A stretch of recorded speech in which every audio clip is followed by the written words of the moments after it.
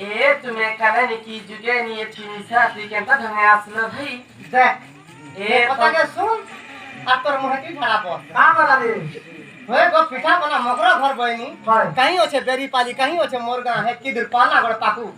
वर्षा पिठा बनाली Swally पिठा बनाली चीनी रे पिठा कोली घी रे पिठा कोली किरोसिन पिठा कोली और मुना आनी के धरे देली घर भीतर बुना के रखी दला और बाहर या तू अकेला बांध आ क्या शरम ला भाई कहां बुढ़ी लोग बोलता ओदा के पकड़ दाता लसी कोले पकड़ दाता छुटी के पकड़ दाता ओदा के लगे दाता पकड़ दाता चाटी के और दाता के पीठी जहां है ला ये मां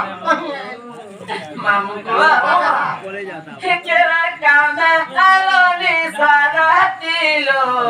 समकोटा सूरजमुखी केकला कीटी कीटी औनारा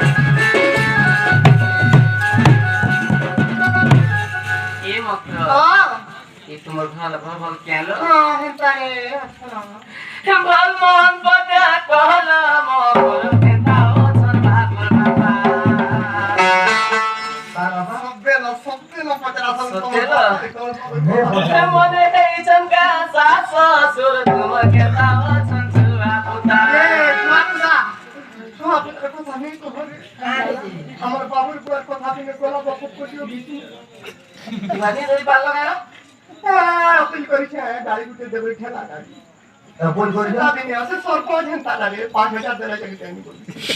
तुम्हार सरपंच हंता का अरे बार मुझे आ रही थी